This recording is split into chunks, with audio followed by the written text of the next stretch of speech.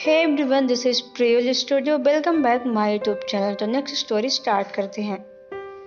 7 बजे तक भी चाय नहीं मिली और ना ही बहू किचन में दिखी तो प्रमिला जी रिया रिया आवाज लगाती हुई बहू के कमरे तक गई, परंतु कमरे से कोई जवाब नहीं मिला।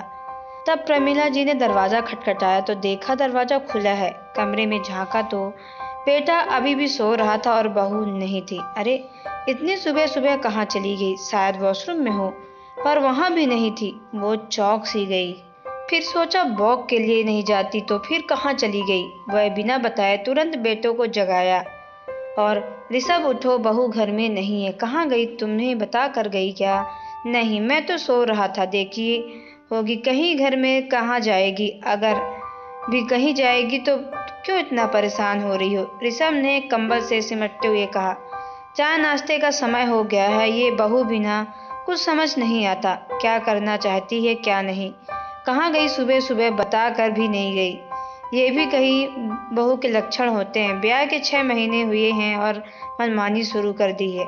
फिर खुद रसोई में जाकर चाय बनाने लगी। 2 कप चाय लेकर, एक खुद और एक पति को लेकर अभी चाय पीने लगी। फिर एक बार बोलने लगी कि माठा ठनका नहीं है, कहीं बहू चली तो नहीं गई। याकायाक कल वाली सारी बातें याद आ गई।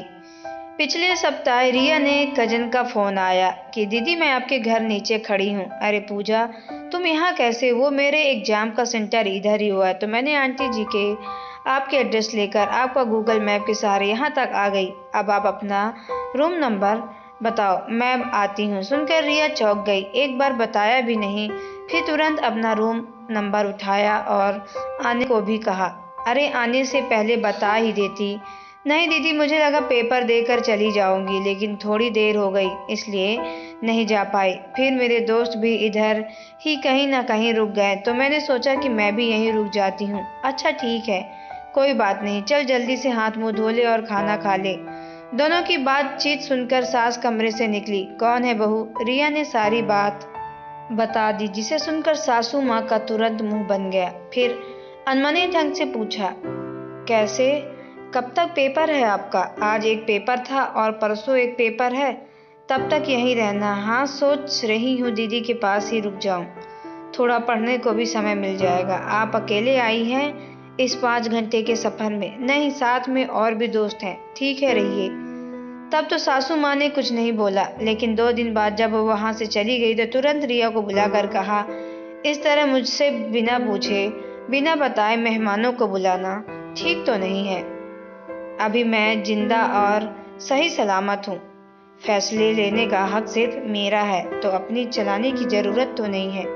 माँ जी, उसने अचानक से फोन कर दिया कि मैं तुम्हारे घर के पास हूँ, तो मैं क्या बोलूँ, इसलिए मैंने आने को कह दिया। हाँ ठीक है, लेकिन आगे से ऐसा नहीं होना चाहिए, और वैसे भी आने से पहले फोन करके और बता कर आए। हाँ समझ गई माँ जी, वैसे भी वह घूमने नहीं पेपर देने आई थी, और वो एक स्टूडेंट है। स्टूडेंट की मदद तो कोई भी करता है और करनी भी चाहिए।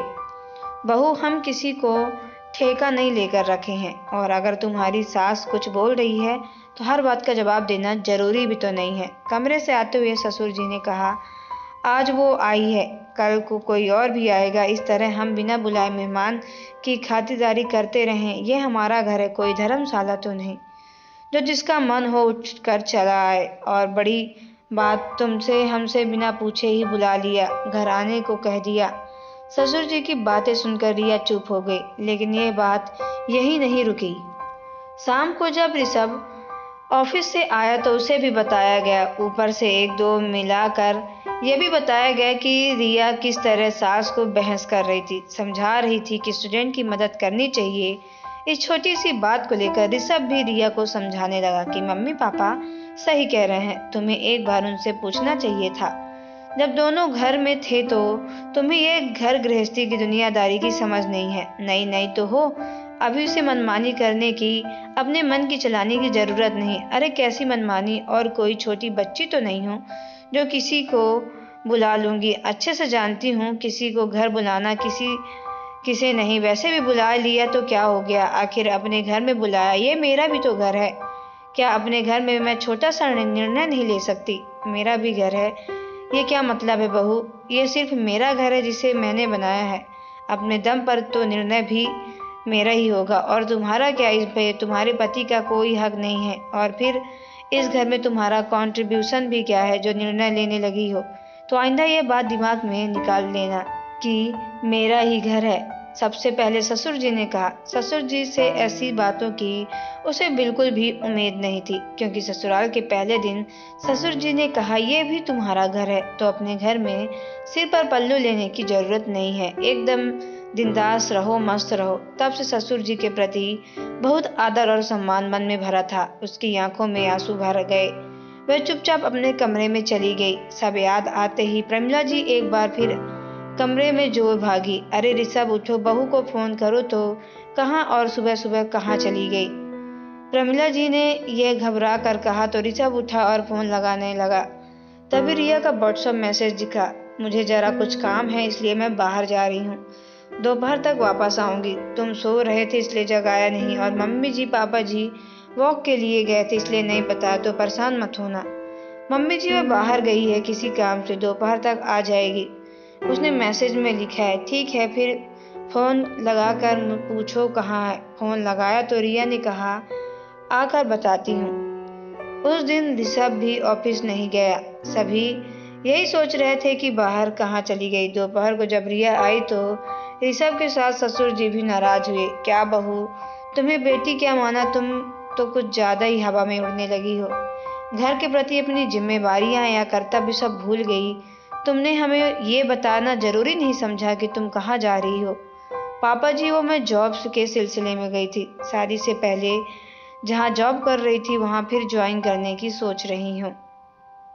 पर क्यों अचानक, क्या जरूरत आ पड़ी है जॉब करने की? हाँ रिया, मैंने तो कहा था जॉब करने की जरूरत नहीं है। पापा और मेरी कमाई परिवार के लिए काफी है। और तभी तुमने भी कहा था कि मैं एक अच्छी आदर्श बहू बनने की कोशिश करूंगी। पति ऋषभ ने कहा, आप सबके सोच और बनाए नियम पर तो मुझे हंसी आ रही है। एक तरफ तो मुझे बेटी कहते हो, दिनदास होकर रहने को कहते हो, लेकिन अगले ही पल एक छोटा सा भी निर्णय लेने पर मन में जो आए सुना देते हो। कहने को तो इतना बड़ा घर है, लेकिन सिर्फ आपका इसमें मेरा कोई हक नहीं, और क्योंकि इसमें मेरा कोई कंट्रीब्यूशन नहीं है। अरे बहू, तुमने मेरी बातों का मतलब गलत निकाल लिया। मेरे कहने का मतलब ये नहीं था। देखो, हर बात को दो पहलू होते हैं, सकारात्मक और नकारात्मक। पर तुमने मेरी बातों को सकारात्मक नहीं नकारात्मक तरीके से लिया है। मेरी बातों का वह मतलब नहीं था कि यह घर तुम्हारा नहीं है। तुम्हें पूरा हक है निर्णय लेने का, लेकिन एक बार सास से पूछ लिया करो, क्योंकि अभी तुम कम उम्र में ही हो। मेरा मतलब मैच्योर नहीं हो, समझ नहीं है कि क्या फैसला लेना चाहिए क्या नहीं। हाँ बहू, ऋषभ और तुम्हारे पापा जी सही कह रहे हैं। फिर ससुर जी तो तुम्हारे पिता समान है, वह तो ऐसे ही बोलते रहते हैं, डांटते हैं। क्या तुम्हारे पापा तुम्हें नहीं डांटते थे? इसमें इतना क्या बुरा मानना? छोड़ो नौकरी की बातें, जाने दो। यही बातें तो मैं भी कहती हूँ कि ये घर मेरा है, लेकिन सिर्फ कर्तव्य के लिए, अधिकार के लिए नहीं। ससुराल में मेरा कर्तव्य क्या है, यह तो पहले दिन ही मुझे गिना दिया गया था, और उसके लिए मैं बहुत समझदार और मैच्योर हूँ। लेकिन एक छोटा सा निर्णय लेने के लिए समझ मुझ में नहीं है। अगर आप सही हैं तो जब मेरे कर्तव्य गिनाए तो अधिकार की बात क्यों नहीं की? जानती हूँ हर बात को दो पहलू होते हैं, जहाँ कर्तव्य है वहाँ अधिकार भी है। रही बात कंट्रीब्यूशन की, तो हाँ मैं नहीं करती, लेकिन घर के तो सारे काम करती हूँ बिना बोले। बहू, तुम बात बढ़ा रही हो। मैं बात बढ़ा नहीं रही हूँ पापा जी, समझ गई हूँ। ये मेरे लिए एक सबक भी था। कोई एक भी लड़की ससुराल चाहे कितना भी कर्तव्य क्यों ना पूरा कर ले, घर में कितने भी कामकाज क्यों ना करके, उसके काम की गिनती नहीं होती, वैल्यू नहीं होती। कहीं ना कहीं आपका मतलब बोलना भी ठीक ही है। आखिर समय रहते मुझे समझ आ गई, आंखें खुल गई। तो तुमने ये कहना क्या चाहती हो, तुम्हारे घर में के प्रति कोई कर्तव्य नहीं है? सास और ऋषभ ने एक साथ पूछ लिया। नहीं, ऐसा नहीं है। मैं सारे कर्तव्य निभाने को तैयार हूँ, पर बदले में मुझे अधिकार भी मिलने चाहिए, और साथ में यह भी कि मैं नौकरी के लिए ज्वाइन कर रही हूँ, और करूँगी तो भले ही आप सबकी कमाई भरपूर क्यों ना हो। आखिर मैं शिक्षित हूँ, डिग्रियाँ हासिल की हैं, तो उसका भी होना चाहिए ताकि मैं अपने आत्मसम्मान से जी सकूं। ऋषभ फिर तुम कुछ बोलने को उठा तो ससुर जी ने रोक लिया। बहू, तुमने बिल्कुल सही कहा। मुझे भी सबक मिल गई है कि जब किसी के कर्तव्य गिनाओ तो साथ में उसके अधिकार भी दो। और हाँ, मुझे कोई परेशानी नहीं है तुम्हारे जॉब करने से। यह घर तुम्हारा भी है, तुम निर्णय ले सकती हो, हमें पूछने की जरूरत नहीं है। बता दोगी वह काफी होगा। तो दोस्तों, आपको ये स्टोरी कैसी लगी कमेंट बॉक्स में जरूर बताएं। अगर आप हमारे चैनल पर नए हो, चैनल को सब्सक्राइब करके बेल आइकन को प्रेस कर ले ताकि आने वाली सभी वीडियो का नोटिफिकेशन आपके मोबाइल पर सबसे पहले पहुंचे, क्योंकि मैं ऐसे ही वीडियो आप लोगों तक लाती रहती हूँ। तो चलिए मिलते हैं नेक्स्ट वीडियो पे। Okay bye, take care. तब तक के लिए धन्यवाद।